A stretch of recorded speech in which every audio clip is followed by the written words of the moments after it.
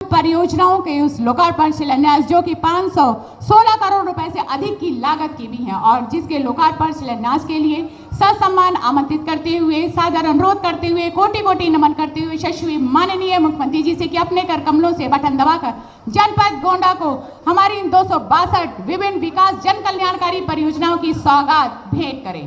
एक बार जोरदार तालियों के साथ अभिनंदन वंदन स्वागत। और आप देख रहे हैं हमारे लोकार्पण होने वाली परियोजनाओं की संख्या 48 है, कुल लागत 84 करोड़ और शिलान्यास की संख्या 214 और कुल लागत 431 करोड़ रुपए और शिलापटों से अनावरण करता हुआ बहुत बहुत बधाई शुभकामनाएं जनपद निवासियों को। एक बार जोरदार तालियों के साथ अभिनंदन वंदन स्वागत और आभार परम आदरणीय श्रद्धेय यशस्वी माननीय मुख्यमंत्री जी का।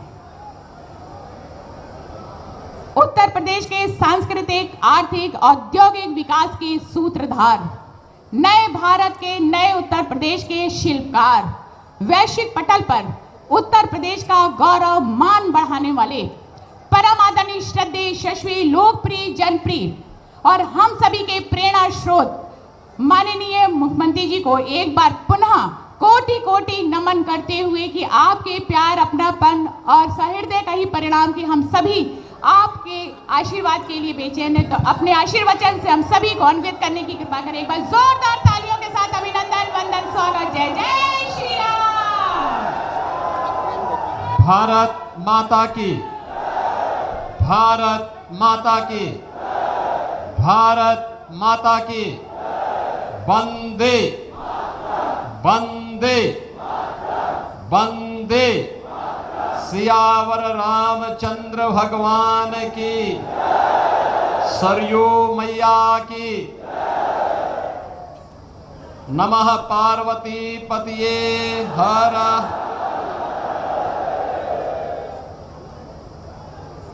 जनपद गोंडा के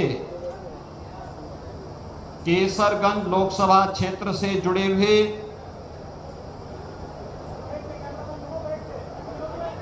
विधानसभा कर्नेलगंज और विधानसभा कटरा की विकास परियोजनाओं के लोकार्पण और शिलान्यास के लिए आयोजित आज के इस समारोह में लोकप्रिय सांसद श्री करण भूषण सिंह जी, जिला पंचायत अध्यक्ष श्री घनश्याम मिश्रा जी, लोकप्रिय विधायक कटरा श्री बावन सिंह जी, लोकप्रिय विधायक कर्नेलगंज से अजय सिंह जी, लोकप्रिय विधायक विनय कुमार द्विवेदी जी, लोकप्रिय विधायक श्री प्रेम नारायण पांडे जी, लोकप्रिय विधायक श्री प्रभात कुमार वर्मा जी, विधान परिषद सदस्य श्री अवधेश कुमार सिंह जी, भारतीय जनता पार्टी के जिला के अध्यक्ष, अन्य सभी पदाधिकारीगण, भारी संख्या में कर्नेलगंज और कटरा विधानसभा क्षेत्र से उपस्थित बहनों और भाइयों, आदिशक्ति मां पाटेश्वरी मां बाराही देवी, मां खैरा भवानी, बाबा दुख हरणनाथ के दिव्य आशीर्वाद से आलोकित मां सरयू के आंचल में बसी हुई ऋषि मुनियों की साधना से पावन इस धरा को कोटि कोटि नमन करते हुए देश की आजादी के लिए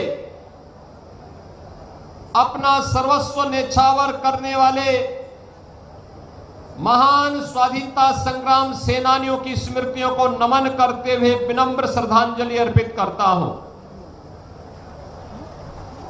बहनों और भाइयों, आज मुझे एक बार फिर जनपद गोंडा में आने का अवसर प्राप्त हुआ है। अत्यंत ऊर्जावान जनपद है। यहां का युवा ऊर्जावान है। यहां का अन्नदाता किसान परिश्रमी है। यहां की बहनें और बेटियां प्रतिभाशाली हैं और यहां का कारीगर और हस्तशिल्पी भी जब भी उसे अवसर मिला है उसने अपनी हुनर की छाप देश और दुनिया तक पहुंचाने में कोई कोताही नहीं की है। जनपद का अपना पौराणिक इतिहास है। इस जनपद ने देश की स्वाधीनता आंदोलन में अग्रणी भूमिका के साथ कार्य किया, लेकिन आजादी के बाद जो अपेक्षित विकास जनपद गोंडा का होना चाहिए था, वह बहनों और भाइयों, वह विकास तुष्टीकरण की भेंट चढ़ गया, अराजकता की भेंट चढ़ गया, भाई भतीजेवाद और जातिवाद की भेंट चढ़ गया और उसी का खामियाजा गोंडा जनपद को भुगतना पड़ा। जहां पर सरयू मैया की असीम कृपा रहनी चाहिए थी और जहां की फसलें लहलहाते हुए देश के पेट को भरने का कार्य करती, एक नियोजित प्रयास के अभाव में वह जनपद पिछड़ता गया और एक समय ऐसा भी आ गया था जब उत्तर प्रदेश के अन्य जनपदों की भांति ही गोंडा के नौजवानों के सामने भी पहचान का संकट आ खड़ा हुआ। पहचान का संकट, जहां पर अपने प्रदेश में तो नौकरी रोजगार नहीं, लेकिन जब इससे बाहर भी जाते थे तो नाम सुनते ही अन्य जनपदों के लोग, अन्य प्रदेशों के लोग 10 कदम दूरी बना करके चलते थे। लोगों को लगता था कि पता नहीं कौन ये व्यक्ति है, क्या करके आया है।